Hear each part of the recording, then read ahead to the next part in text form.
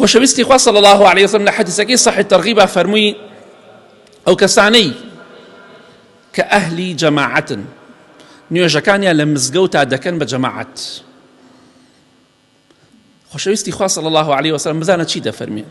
ئەفەرمێ ئین غابوا یەفقیدونەهم. کاتێک کە تۆ ئەهلی مزگەوتی لە مزگەوتێک نوێژ دەکەی، هەر مزگەوتێک بێ، ئەگەر دیار نەبووی لە مزگەوتەکە نەهاتی بۆ نوێژی جەماعەت، خوای گەورە و میهرەبان کۆمەڵێ مەلائیکەی تەرخان کردووە ئەم مەلائیکانە دێن دەگەڕێن بە دوای تۆدا. فڵان کەس باشە بۆ نەهات بۆ مزگەوت، بەس هەندێک ئیمان زەعیف هەیە مەلائیکە بە دوایان ناگەڕێت چونکە هەر نایە، دۆڕاوە، نەکبەتە، بەدبەختە. بەڵام هەندێ بەڕێز هەیە، هەندێ خاوەن پلۆپایە هەیە لای خوا خۆشەویستن بەڕێزن.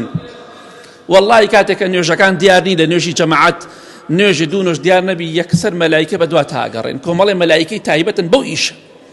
خوای گەورە میهرەبان ئەوەندە ڕێزی لە کەسێک گرتووە کە ئەهلی مزگەوتە.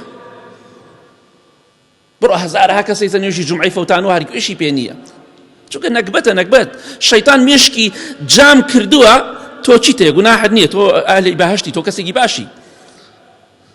بەڵام پێغەمبەری خوا فەرمی صلی الله عليه وسلم بە دوایانە دەگەڕێن، ئەگەڕێن بزانم فەڵان کەس بۆ نەهاتەوە بۆ مزگەوت. ئەمە شەرەفێکە، ئەمە ڕێز و حورمەت و پلەپاییەکە. ئینسانێک بێوێ لای خوا بەڕێز بێ، لە دوای ئەمەوە خۆی دەگۆڕێت،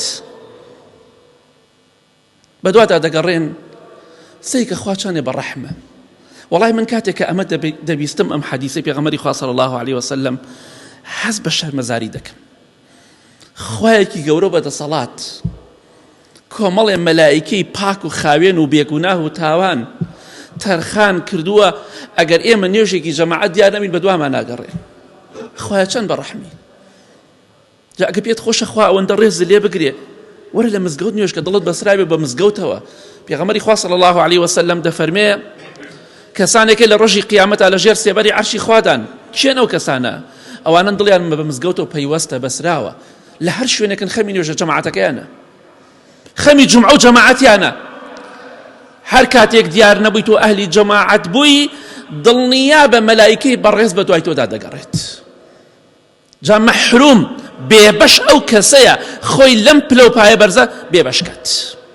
ئەمە بەڵگەیە لەسەر ئەوەی کە ئەو کەسەی ئەهلی جەماعەت بێ لای خوای گەورە زۆر بەڕێز و خۆشەویستە. بۆی مەلایکەی داناوە کە بە دوایە بگەڕێن، خوای گەورە عالمە فڵان کەس لەکوێیە، بەڵام ئەوان بە دوادا دەگەڕێن وەکو ڕێز و حورمەتێک. بزانن بۆچی دیار نیت، هۆکارەکەی چییە، نەخۆشی، کێشەت هەیە، چیت هەیە، تا یارمەتی دەرت بن. یا ڕەبی خوا لەو کەسانەمان قبوڵ کەی کە ئەهلی جومعە و جەماعەتن،